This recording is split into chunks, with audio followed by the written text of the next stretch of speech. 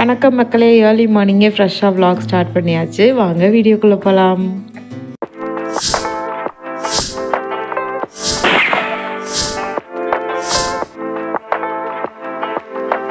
இன்றைக்கி டிங்குவோட second birthday vlog தான் பார்க்க போகிறீங்க. ஏர்லி மார்னிங்கே குழந்தைங்க 2 பேர்த்தையும் குளிக்க வச்சு ரெடி பண்ணி குலதெய்வம் கோயிலுக்கு கிளம்பி வந்துட்டோம். இப்போ தான் குட்டி குழந்தையா டாக்டர் கொண்டு வந்து என் கையில் கொடுத்த மாதிரி இருக்குது. பார்த்தா அதுக்குள்ளே 2 வருஷம் ஓடிடுச்சு. டிங்கு இப்படியே குழந்தையாகவே இருந்தால் நல்லாயிருக்கும் அப்படின்னு தான் ஆசையாக இருக்குது. ஆனால் நாட்கள் போகிறத நம்மளால் தடுக்கவே முடியாது. ஏர்லி மார்னிங்கே பாப்பா தம்பி 2 பேர்த்தையும் ரெடி பண்ணிவிட்டு குலதெய்வம் கோயிலுக்கு வந்துட்டோம். நாங்கள் இந்த விஷயம் ஸ்டார்ட் பண்ணுறதுனாலும் செங்கப்பள்ளி வந்து தான் ஸ்டார்ட் பண்ணுறது. நான் ஆல்ரெடி ஒரு ஷார்ட்ஸில் சொல்லியிருப்பேன், இங்கே எங்களுக்கு 2 கோவில் இருக்குது. ஒன்று எங்கள் குலதெய்வம் கோயில், இன்னொன்று பூர்வீக கோயில்.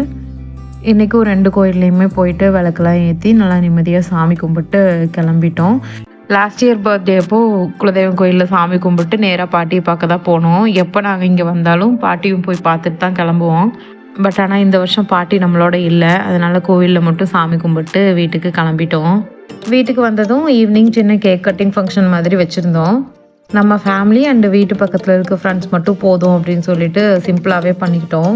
டிங்குக்கும் ஃபேஸில் இன்ஜுரி இருக்கிறதுனால அவனை டிஸ்டர்ப் பண்ண வேணாம் அப்படின்னு சொல்லிட்டு சிம்பிளாகவே பண்ணிட்டோம். அதனால தான் இந்த வீடியோவில் வந்து நான் அவனோட ஃபேஸ் காமிக்கல. ஹாப்பியான விஷயத்த மட்டுமே ஃப்ரெண்ட்ஸோட ஷேர் பண்ணோம் அப்படிங்கிறது தான் என்னோடய தாட்டு. கண்டிப்பாக அவனுக்கு ஃபேஸ் எல்லாம் ரெக்கவர் ஆனதுக்கப்புறம் நான் வீடியோவில் அவனோட ஃபேஸ் காமிக்கிறேன்.